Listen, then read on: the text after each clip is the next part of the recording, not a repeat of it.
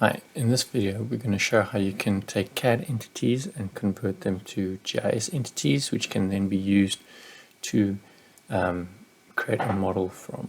So the first step would be to open an existing CAD drawing. This can be like AutoCAD DWG, DXF, or Albayon's own format. So this is a DWG drawing.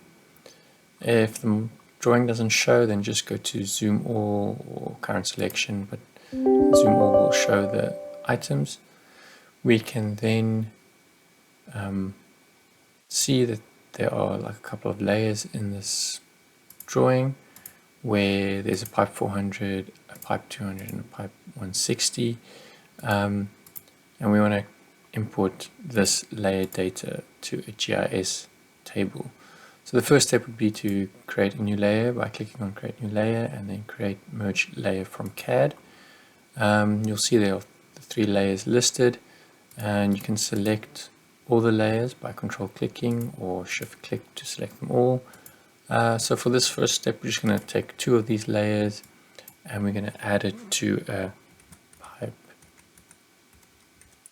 data layer. And it's important just to select the polyline features, as these are lines and not polygons, so just make sure that's polyline.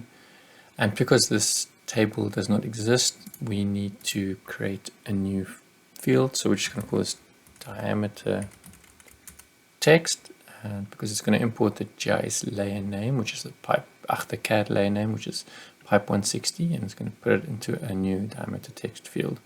So with that all done, we can click OK. And then we get the diameter text option. So this is just to add that field to this new table, and it's a text field. You will see that 5 objects have been imported. So that's the 160 and the 200 entities have been added, but not the 400.